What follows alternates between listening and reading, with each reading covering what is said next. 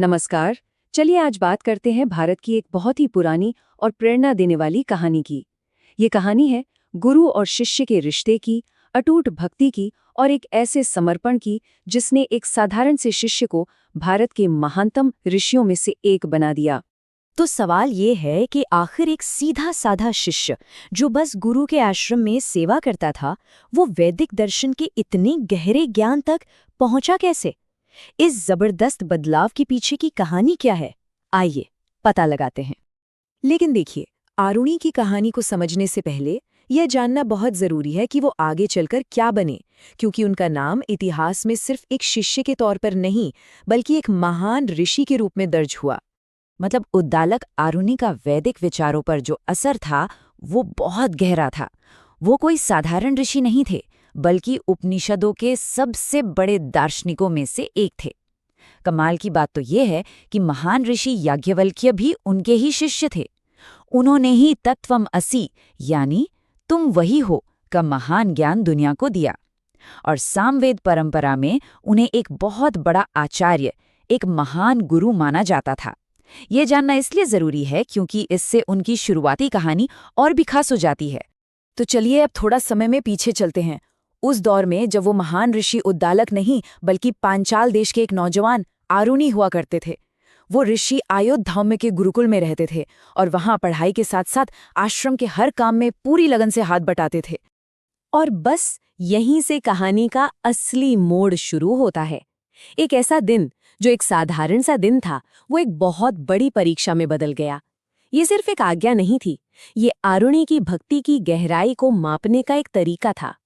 तो हुआ यूं कि एक दिन बहुत मूसलाधार बारिश हो रही थी। गुरु अयोध्या की नजर पड़ी कि आश्रम के एक खेत की मेड़ यानी पानी को रोकने वाला जो बांध था, वो एक जगह से टूट गया है और सारा कीमती पानी बहकर बर्बाद हो रहा था, फसलों तक पहुंच ही नहीं रहा था। अब इस सिचुएशन को देखकर गुरु ने अपने सबसे समर्पित शिष्य आरुणि को बुलाया। उन्हें हुक्म दिया कि फौरन जाओ और उस टूटी मेड़ को ठीक करो। और गुरु की आज्ञा तो आरुणि के लिए सबसे ऊपर थी। और अब आता है कहानी का वो हिस्सा जहां आरुणि को एक ऐसा फैसला लेना था जिसने उनकी भक्ति की, उनकी निष्ठा की हर सीमा को परख लिया। ये सिर्फ एक टूटी हुई मेड़ की कहानी नहीं, ये अटूट लगन की कहानी है। आरुणि फौरन खेत की तरफ भागे।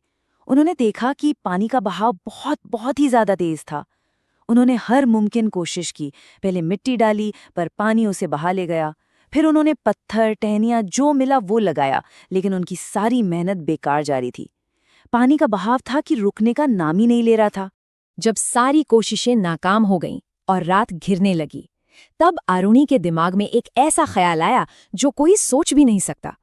उन्होंने सोचा कि अगर और कोई तरीका काम नहीं कर रहा, तो वो खुद ही उस टूटी मेड़ की जगह लेटकर पानी को रोक सकते हैं। और बस उन्होंने वही किया। गुरु की आज्ञा वही सबसे ऊपर थी। एक पल भी नहीं सोचा और उस दरार में खुद लेट गए। उनका अपना शरीर पानी के तेज बहाव के लिए एक जीता जागता बांध बन गया। वो उस अंधेरी ठंडी रात में, उस बर्फीले पानी में हर तकलीफ सहते हुए लेटे रहे।